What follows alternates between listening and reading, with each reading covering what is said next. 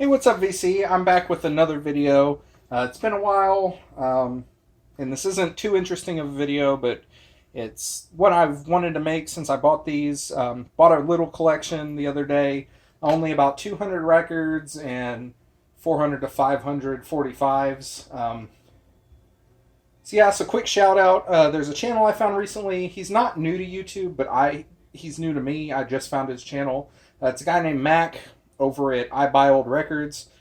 He collects 45s and 78s mainly. Really cool dude, really cool channel, shows some really cool stuff, finds stuff in places that most people wouldn't even go to look.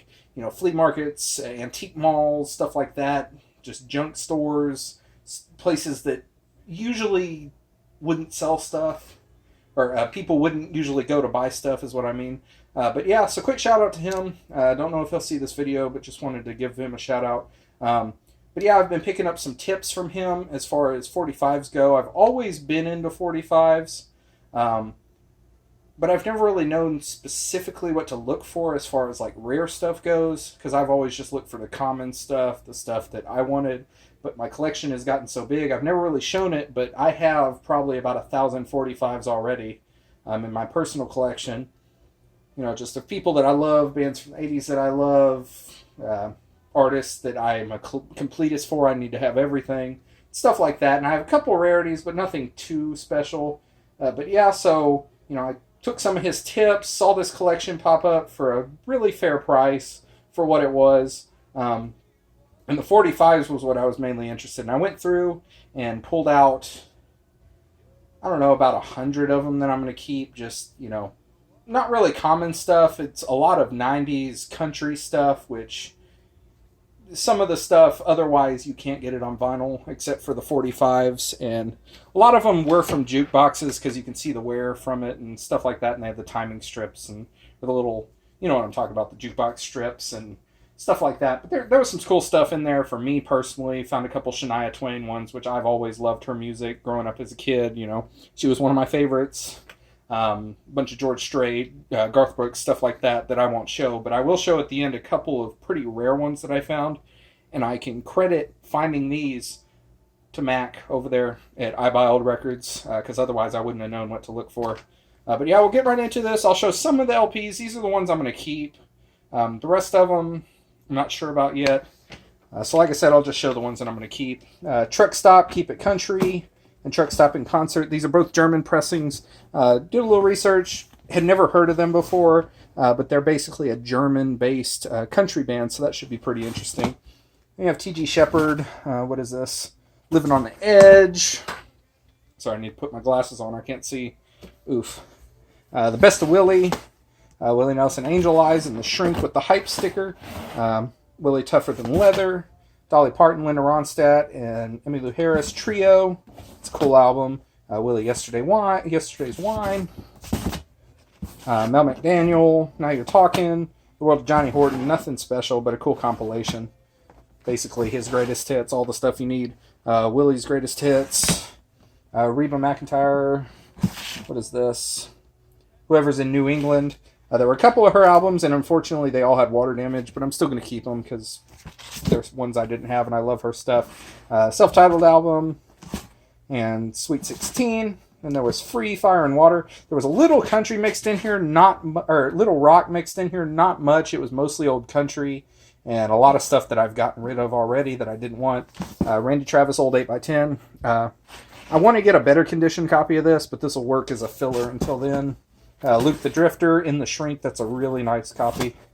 George Strait, Beyond the Blue Neon. Was really disappointed that was water damage, but like I said, I'll keep it anyway. Merle Haggard, Chill Factor. Water damage as well, unfortunately. We have Eric Clapton, Backlist. This one didn't have the record in it, unfortunately, but I'm going to keep it anyway because I come across records that don't have covers all the time. Willie Nelson Family Bible. This is a promo copy.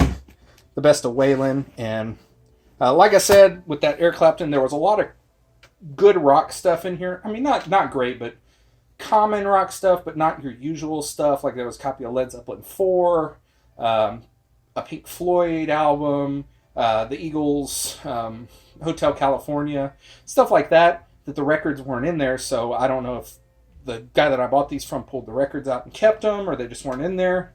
But there was one in here that has been on my want list for a while. It's not a rare album at all, but it's one that you see it at record stores and they want $20 or $30 for it, and I've just been waiting for a really cool copy, really clean copy, and I found that with this. And when I pulled it out, I was sitting there praying for a second that the record would be in there, and fortunately it was. So out of all the rock stuff that wasn't in there, this is the one that I really wanted to be in there, and it was. It's a copy of Prince, Purple Rain. Like I said, not a super rare album, but one I've been looking for a while. Doesn't have the poster, but still happy to have that. Then this is pretty cool. I'll show this before the 45s. I'm not a huge fan. I think it's cool, the historical connection that he's Jerry Lee Lewis and Mickey Gilley's cousin. But whoever had this collection before me, or whoever's collection this was, must have been obsessed with Jimmy Swaggart. I haven't counted. I don't know the exact number, but these are all sealed except for 3 or 4 of them. So I don't know what I'm going to do. I have a couple of his albums. I don't want to keep all of them because, I mean, I don't like him that much. I just have a couple albums because of the historical connection between Jerry Lee and Mickey, like I said. But other than that, I don't know what I'm going to do with them. I don't think they're rare. But somebody loved their Jimmy Swaggart records, so that was cool to see, nonetheless. Then on to the 45s, the part that really, really shocked me. So basically what I'll say is the tip that I've gotten from his channel is don't look for the common labels like RCA and Victor and your 80s stuff and stuff that was mass produced. Look for the labels that, and granted I've done this before, look for interesting labels, but some of these labels in particular, like I've seen shown, or anyway. So I went through, like I said, went through the 45s, picked out the ones that I wanted to keep, picked out a stack of about 100 of them that I thought may be rare, and these were the couple that I pulled out that are not super rare, but pretty rare. There's one in here that's super rare that's pretty cool.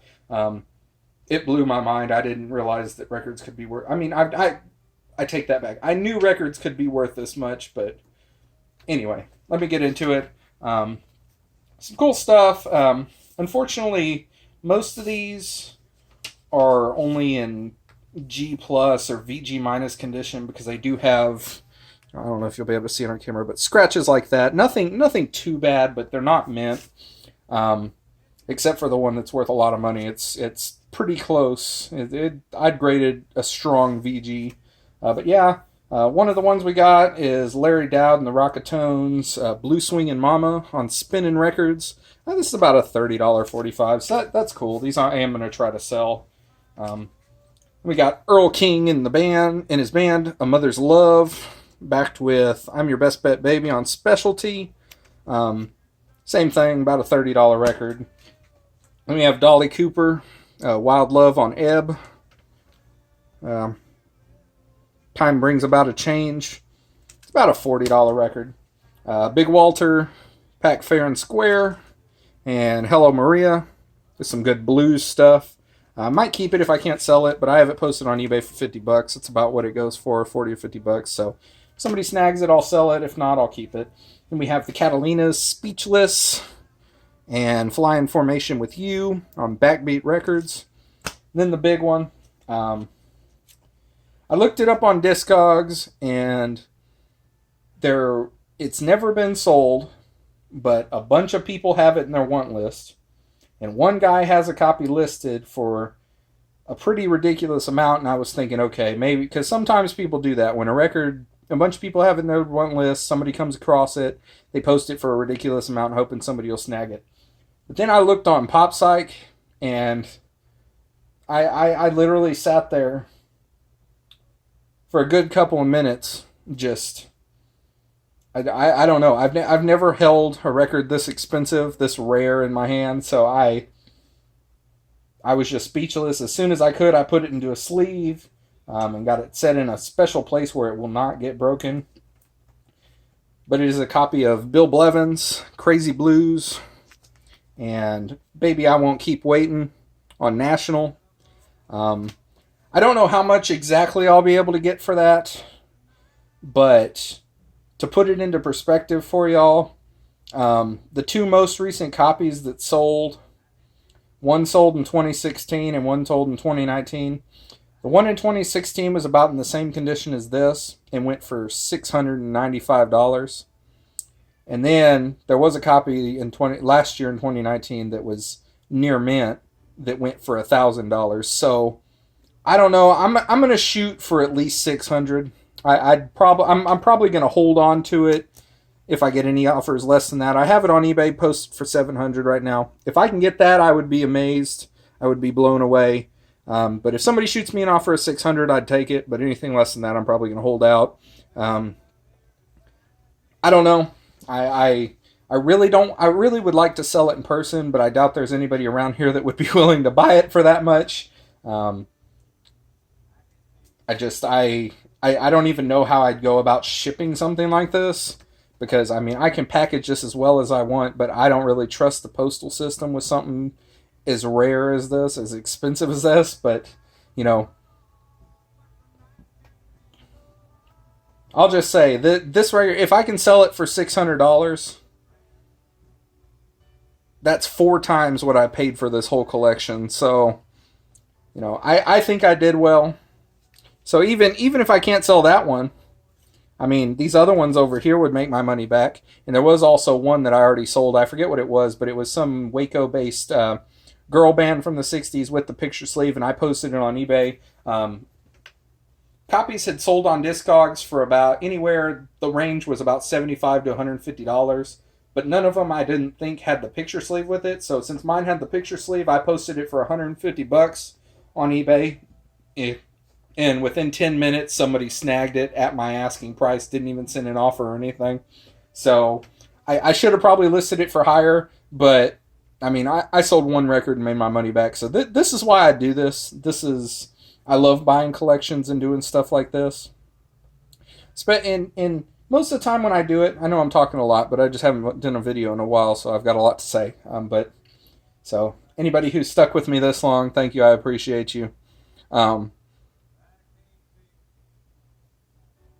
yeah, basically what I was saying is, you know, if I buy a collection, as long as I get some records that I want out of it, and I can sell the rest and make some of my money back, I'm happy with it.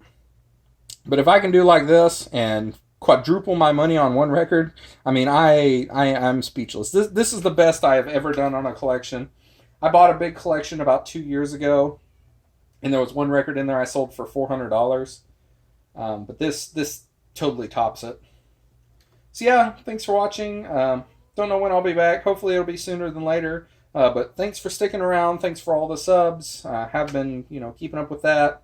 Sorry I haven't been very, very active in the last couple months. Just life has just taken a toll. Just, you know, it's been going, and I'm doing good. I hope everybody else is doing good, and I will talk to you guys again as soon as I can. Peace out. God bless. Take care.